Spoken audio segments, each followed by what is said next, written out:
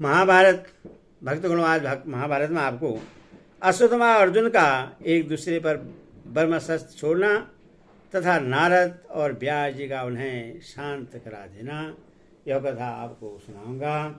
भक्तगणों, आपसे नम्र निवेदन है कि आप इस चैनल को लाइक करें, सब्सक्राइब जरूर करें। भगवान कृष्ण आपका कल्याण करेंगे। सुनिए। वैश्वायन जी कहते हैं, राजन, ऐसा कहकर श्री कृष्ण सब प्रकार से अस्त्र शस्त्रों से सुयोजित एक श्रेष्ठ रथ पर चढ़े। उस रथ का रंग उदय होते हुए सूर्य के समान लाल था। उसके दाहिने धुरे में सेब और बाएं में सुग्रीव नामक घोड़ा जूता हुआ था तथा उससे अगल बगल से मेघ पुष्प और बलाहक नाम के घोड़े खींचते थे। उस रथ पर विश्वकर्मा का बनाया हुआ रत्न और धातुओं से विभूषित ध्वजा का डंडा उठी हुई माया के समान जान पड़ता था। उसकी ध्वजा पर पक्षीराज गरुड़ विराजमान थे। इस अद्भुत रथ पर भगवान श्री कृष्ण बैठ गए और उनके बैठने पर अर्जुन तथा राजा युधिष्ठिर उस पर सवार हो गए। उनके चढ़ जाने पर श्री कृष्ण ने अपने तेज घोड़ों को चाबुक से हाका। घोड़े बड़ी तेजी से भीमसेन के पीछे चल दिए और तुरंत ही उनके पास पहुंच गए। इस समय भीमसेन क्रोधातुर होकर शत्रु का संहार करने के लिए तुले हुए थे। इसीलिए इन महारथियों के रोकने पर हुए रुके नहीं। वे इनके देखते देखते अपने घोड़े दौड़ाते श्री गंगा जी के तट पर पहुंच गए, जहां उन्होंने अश्वत्थामा को भेंटा सुना था। किंतु उस स्थान पर पहुंचकर उन्होंने गंगा जी की धार के पास ही परम यशस्वी व्यास जी को अनेकों ऋषियों के साथ बैठे देखा। उनके पास ही कुरुकर्मा अश्वत्थामा भी मौजूद था। उसने अपने शरीर में घृत लगा रखा था और वह कुशा के वस्त्र पहने हुए था। कुंतीनंदन भीमसेन उसे देखते ही अरे खड़ा हो रहो, इस प्रकार चिल्लाते हुए धनुष बाण लेकर उसकी ओर दौड़े। द्रोणपुर अश्वत्थामा यह देख कर कि धनुर्धर भीम तथा उसके पीछे राजा युधिष्ठिर और अर्जुन भी मेरी ओर आ रहे हैं, बहुत डर गया और उसने निश्चय किया कि अब ब्रह्मास्त्र के प्रयोग का समय आ गया है। तुरंत ही उसने उस दिव्य अस्त्र का चिंतन किया और अपने बाएं हाथ से एक सीख उखाड़ ली। फिर ऐसा संकल्प करके कि पृथ्वी पांडवहीन हो जाए, उसने क्रोध में भरकर संपूर्ण लोगों को मोह में डालने के लिए वह प्रचंड अस्त्र छोड़ दिया। इससे उस सीख में आग पैदा हो गई और वह प्रलय काल के अग्नि के समान मानो तीनों लोगों को भस्म करने लगी। श्री कृष्ण अश्वत्थामा की चेष्टा देखकर ही उसके मन के भाव को उतार गए।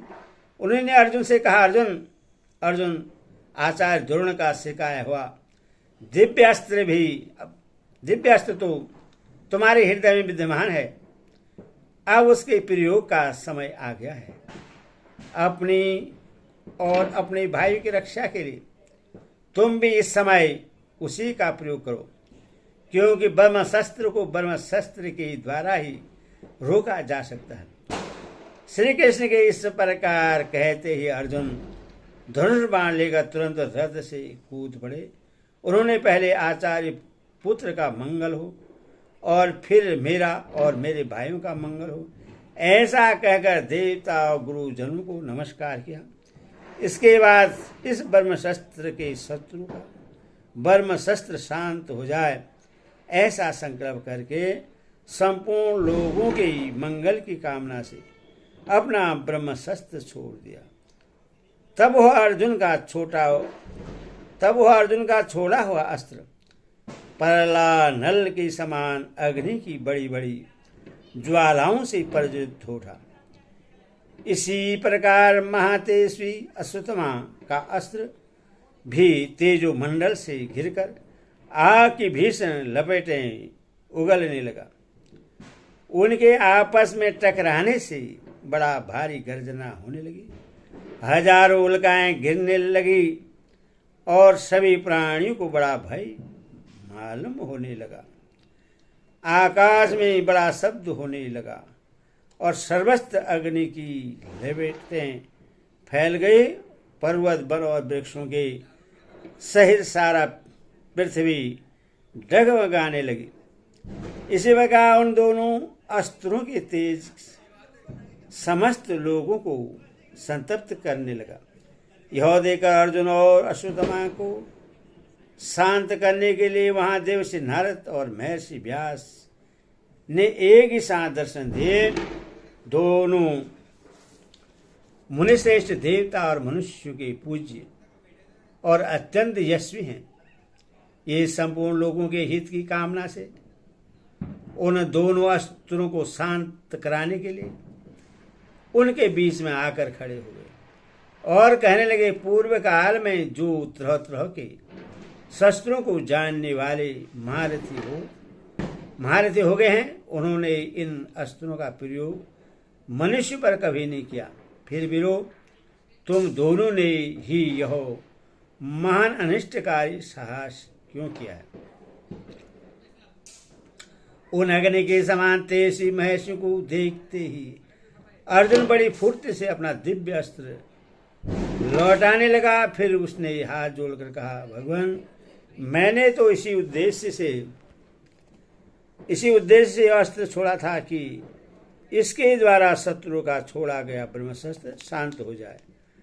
अब इस अस्त्र को लौटा लेने पर तो पापी अश्वत्थामा अवश्य ही अपने अस्त्र के प्रभाव से हम सबको भस्म कर देगा। इसीलिए इस समय जैसा करने से हमारा और सब लोगों का हित हो, उसी के लिए आप हमें सलाह दें। ऐसा कहकर अर्जुन ने उस ब्रह्मशस्त्र को वापस लौटा लिया। उससे लौटा लेना तो देवताओं के लिए भी कठिन था। संग्राम में एक बार छोड़ देने पर उससे लौटाने में तो अर्जुन के सिवा स्वयं इंद्र भी समर्थ नहीं था। वह अस्त्र ब्रह्मा तेज से प्रकट हुआ था। असंयमी पुरुष उससे छोड़ तो सकता था, किंतु उसे लौटाने का सामर्थ्य ब्रह्मचारी के सिवा और किसी में नहीं था।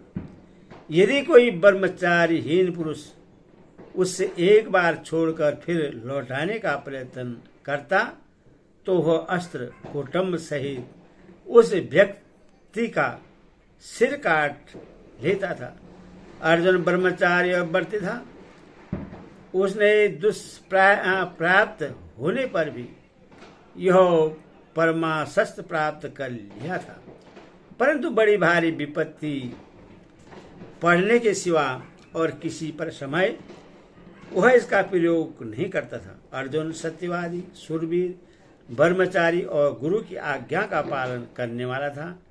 इसीलिए उसने फिर भी उसे लौटा लिया। अश्वत्थामा ने भी जब उन ऋषियों को अपने अस्त्र के सामने खड़े देखा तो उसे लौटाने का बड़ा प्रयत्न किया, किंतु वो ऐसा न कर सका। तब वह मन में अत्यंत व्याकुल होकर श्री व्यास से कहने लगा, मुने, मैं भीमसेन के भय से जब बहुत बड़ी आपत्ति में पड़ गया था, तब अपने प्राणों को बचाने के लिए ही मैंने यह अस्त्र छोड़ा है। भीमसेन ने दुर्योधन का वध करने के उद्देश्य से संग्राम भूमि में नियम विरुद्ध आचरण करके अधर्म किया था। इसी से संयमी न होने पर भी मैंने यह अस्त्र छोड़ दिया है। अब इसे लौटाने में तो मैं समर्थ नहीं हूं। मैंने अग्नि मंत्र से अभिमंत्र करके यह दुर्धमय अस्त्र, दिव्य अस्त्र, पांडवों का नाश करने के लिए छोड़ा है। अथवा आज यह सभी पांडवों के ही प्राण ले लेगा। इस प्रकार क्रोध में भरकर पांडवों के वध के लिए यह अस्त्र छोड़कर अवश्य ही मैंने बड़ा पाप किया है। व्यास जी ने कहा, भैया ब्रह्मशस्त्र का ज्ञान तो अर्जुन को भी है, किंतु उसने क्रोध में भरकर या तुम्हें मारने के लिए इससे नहीं छोड़ा है। उसने तो अपने ब्रह्मशस्त्र से तुम्हारे ब्रह्मशस्त्र को शांत करने के लिए ही इसका प्रयोग किया है और अब उससे लौटा भी लिया है। ब्रह्मशस्त्र को पाकर भी तुम्हारे पिताजी का उपदेश मानकर महाभाव अर्जुन छात्र धर्म से विचलित नहीं हुआ। यह ऐसा धीर वीर साधु और सब प्रकार के अस्त्र शस्त्रों को जानने वाला है, फिर भी तुम्हें इससे भाइयों के सहित मार डालने की कुबुद्धि क्यों हुई है? देखो, जिस देश में एक ब्रह्मशस्त्र को दूसरे ब्रह्मशस्त्र से दबा दिया जाता है, वहां 12 वर्ष तक वर्षा नहीं होती। इसी से प्रजा का हित करने के लिए अर्जुन ने तुम्हारे ब्रह्मशस्त्र को नष्ट नहीं किया है। तुम्हें पांडवों की अपने और राष्ट्र की रक्षा करनी ही चाहिए। इसलिए अब तुम इस दिव्य अस्त्र को लौटा लो। अब तुम्हारा क्रोध शांत हो जाना चाहिए और पांडवों को भी स्वस्थ रहने चाहिए। राशि युधिष्ठिर किसी को अधर्म से जीतना नहीं चाहते। तुम्हारा सिर में जो मणि है वह तुम इन्हें दे दो और उससे लेकर पांडव लोग तुम्हें प्राणदान दे दें। अश्वत्थामा बोला, पांडवों ने कौरवों का जितना धन और जो रत्न प्राप्त किए हैं, मेरी यह मणि उन सबसे अधिक कीमती है। इससे बांध लेने पर अस्त्र व्याधि या सुदा से अथवा देवता दानव नाग राक्षस या चोरों से होने वाला किसी प्रकार का भय नहीं रहता है। मणि का ऐसा अद्भुत प्रभाव है, इसलिए मुझे इसका त्याग तो किसी भी प्रकार नहीं करना चाहिए। तो भी आपने जो कुछ आदेश मुझे दिया है वह तो मुझे करना ही होगा, किंतु मेरा छोड़ा हुआ यह दिव्य अस्त्र व्यर्थ हो नहीं सकता। इस एक बार छोड़कर फिर लौटाने की मुझे सामर्थ्य नहीं है। इसीलिए अब मैं इस अस्त्र को उत्तरा के गर्भ पर छोड़ता हूं। आपकी आज्ञा का मैं कभी उल्लंघन नहीं करता, परंतु क्या करूं, इससे लौटाना तो मेरे बस की बात नहीं है। ब्याज बोला, अच्छा ऐसा ही करो, चित्त में और किसी प्रकार का विचार मत करो। इस अस्त्र को पांडवों के गर्भ पर छोड़कर शांत हो जाए। वेशपायन जी कहते हैं, राजन तब अश्वत्थामा ने वह अस्त्र उत्तरा के गर्भ पर छोड़ दिया। यह देख भगवान श्री कृष्ण बड़े प्रसन्न हुए और उन्होंने अश्वत्थामा से कहा, कुछ दिन हुए विराट पुत्र उत्तरा से जब वह उपलब्य नगर में थी, एक तपस्वी ब्राह्मण ने कहा था, कौरवों का परिक्षय होने पर तेरे गर्भ से एक बालक होगा। उस ब्राह्मण का वह वचन सत्य होगा। वह परिचित ही इस पांडव के वंश को सराहने वाला बालक होगा। श्री कृष्ण के ऐसा कहने पर अश्वत्थामा ने क्रोध में भरकर कहा, केशव तुम पांडवों का पक्ष लेकर जो बात कह रहे हो वह कभी नहीं हो सकती। मेरा वाक्य झूठा नहीं होगा। मेरा यह भयानक अस्त्र अवश्य उसे गर्भ पर गिरेगा। श्री भगवान ने कहा, इस दिव्य अस्त्र का वार तो अवश्य अमोघ ही होगा, किंतु वह गर्भ मरा हुआ उत्पन्न होने पर फिर दीर्घ जीवित प्राप्त करेगा। हाँ, तुम्हें अवश्य सभी समझदार पापी और कायर ही समझते हैं। क्यों तुम बार बार पाप ही बटोरते हो और बालकों की हत्या करते हो, इसलिए तुम्हें इस पाप का फल भोगना ही पड़ेगा। तुम 3000 वर्ष तक इस पृथ्वी में भटकते और किसी भी जगह किसी पुरुष के साथ तुम्हारी बातचीत नहीं हो सकेगी। तुम्हारे शरीर में से पीप और लहू की गंध निकलेगी, इसीलिए तुम मनुष्य के बीच में नहीं रह सकोगे, दुर्गम वनों में पड़े रहोगे। परिचित तो दीर्घायु प्राप्त करके वेद व्रत धारण करेगा और फिर आचार्य कृपा से सब प्रकार के अस्त्र शस्त्रों का ज्ञान प्राप्त करेगा। इस प्रकार उत्तम उत्तम अस्त्रों का ज्ञान प्राप्त करके वह क्षत्रिय धर्म का अनुसरण करते हुए 60 वर्ष तक पृथ्वी का राज्य करेगा। दुरात्मन देखना, यह परिचित नाम का राजा तुम्हारी आंखों के सामने ही कुरुवंश की गद्दी पर बैठेगा। वह तुम्हारे शस्त्र की ज्वाला से जल अवश्य जाएगा, परंतु मैं उसे पुनः जीवित कर दूंगा। नराधम, उस समय तुम मेरे तप और सत्य का प्रभाव देख लेना।